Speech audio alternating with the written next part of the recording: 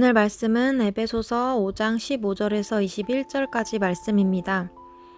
그런즉 너희가 어떻게 행할지를 자세히 주의하여 지혜 없는 자 같이 하지 말고 오직 지혜 있는 자 같이 하여 세월을 아끼라. 때가 악하니라. 그러므로 어리석은 자가 되지 말고 오직 주의 뜻이 무엇인가 이해하라.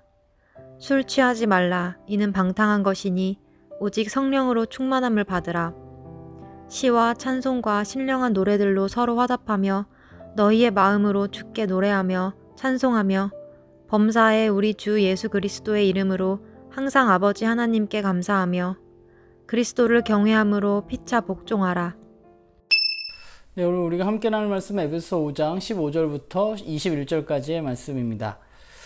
우리가 예수 그리스도를 알고 또 믿고 또 그분의 말씀을 읽고 또 묵상한다는 것은 무엇일까 하는 생각을 해봅니다. 에베소 5장을 보면 우리는 그리스도 안에서 빛의 자녀가 되었습니다. 빛의 자녀가 되었다는 것은 그러면 무엇일까요? 오늘 본문을 보면 그것은 나의 삶에서 우리가 어떻게 행동해야 할지 주의 깊게 묵상하고 살아가는 것입니다. 빛의 자녀는 빛의 자녀로서의 삶을 선택하고 살아가야만 하는 것이죠.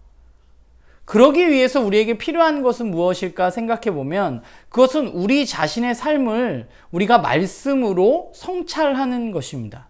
우리는 우리가 어떻게 행동해야 될지, 나는 어떤 것을 선택해야 할지 주의 깊게 우리의 삶을 들여다보아야만 합니다. 그리고 결정해야만 하는 것이죠. 우리는 세상 사람들과 같이 어리석은 자가 아니라 방탕하게 사는 사람이 아니라 우리는 지혜롭게 하나님의 뜻을 선택하는 사람이어야만 합니다. 그것이 그리스도인 빛의 자녀의 삶의 모습입니다. 우리가 살아가는 세상은 악합니다. 우리가 살아가는 세상이 악하기 때문에 우리는 이 땅 가운데 올바른 삶을 살아가기 위해서는 우리의 삶을 잘 살펴보지 않고서는 우리는 올바른 삶을 살아갈 수 없는 것이죠. 그래서 우리는 말씀을 읽을 때 그 말씀으로 우리의 삶을 돌아보고 나의 삶의 모든 부분에 있어서 어떤 행동을 해야 할지 살피고 그 행동을 해 나가야만 하는 것입니다. 그러기 위해서 우리가 이 악한 세상에서 지혜롭게 하나님의 뜻을 분별해서 살아가는 그리스도인으로 살아가기 위해서 우리 가운데 꼭 필요한 것이 있는데 그것이 바로 성령님입니다. 성령님은 우리가 방탕한 삶을 살지 않도록 우리를 이끄시는 분입니다.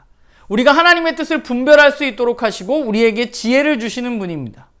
성령님은 우리가 악한 세상에서 세상의 풍요가 아니라 하나님을 노래하며 찬양하도록 우리의 삶을 이끄시는 분입니다. 우리는 성령의 충만함을 받아서 빛의 자녀로 살아가야 합니다. 우리는 성령의 충만함이라는 말을 들으면 어떤 능력을 발휘하는 것, 성령의 은사를 발휘하는 것을 생각하게 되지만 오늘 우리가 읽은 말씀 본문은 성령의 충만함을 우리의 삶의 올바름에 연결시키고 있다는 것을 우리는 주의 깊게 살펴보아야만 합니다. 그렇기 때문에 성령이 충만한 사람은 그리스도인으로서 하나님의 뜻에 따라서 올바른 삶을 살아갈 수 있는 것이죠. 그 올바른 삶이라는 것은 우리가 교회 생활만 국한되는 것이 아니라 우리의 모든 삶의 영역에서 적용되어져야만 하는 것입니다. 그리스도인으로 살아간다는 것은 우리가 말씀을 잘 아는 것만으로 끝나서는 안 됩니다. 또 교회 생활만 열심히 하는 것으로 끝나서는 안 됩니다. 그리스도인은 말씀으로 자기의 삶을 성찰하고 순간순간 내가 어떻게 행동해야 될지, 어둠의 자녀가 아니라 빛의 자녀로 나는 어떻게 행동해야 할지 지혜롭게 선택하는 사람들, 그들이 바로 그리스도인들입니다. 저는 원래 시를 그렇게 잘 읽지는 않는데 최근에 기영도 시인의 시를 좀 읽어나가고 있는데 그 기영도 시인의 시 중에 우리 동네 목사님이라는 시가 있습니다. 그 시는 목사님에 대한, 어떤 동네 목사님에 대한 설명을 쭉 시로 만들어 놓은 것인데 거기에 이런 구절이 나옵니다. 성경이 아니라 생활의 밑줄을 그어야 한다는 그의 말은 집사들 사이에서 맹렬한 분노를 자아냈다 라는 말이 나옵니다. 여기서 그는 바로 그 목사님인 것이죠. 그러니까 목사님이 말씀 시간에 아마 성경이 아니라 생활이 중요합니다 라고 말을 했던 것 같아요. 그런데 그 말이 집사님들의 분노를 샀다고 시인은 이야기하고 있습니다. 그리스도인답게 산다는 것은 무엇일까라는 생각을 해봅니다. 많은 사람들은 더 그리스도인답게 살아가기 위해서 성경을 많이 읽고 알기 위해서 노력합니다. 또 어떤 사람들은 더 많은 시간을 기도하기 위해서 노력합니다. 그래서 사람들은 내가 올해 성경을 몇 독했는지 자랑하고 내가 새벽 기도에 안 빠지고 잘 나가고 있다고 자랑합니다. 물론 그리스도인으로서 우리가 성경을 많이 읽고 기도를 많이 하는 것 무엇보다 중요합니다. 그러나 우리는 우리가 왜 말씀을 읽고 왜 기도를 하는지에 대해서 생각해 보아야만 합니다. 우리가 말씀을 읽고 기도를 하는 이유는 우리의 삶 속에서 그리스도인다운 삶을 살아가기 위해서입니다. 그리스도인다운 삶은 교회 생활만을 이야기하는 것이 아닙니다.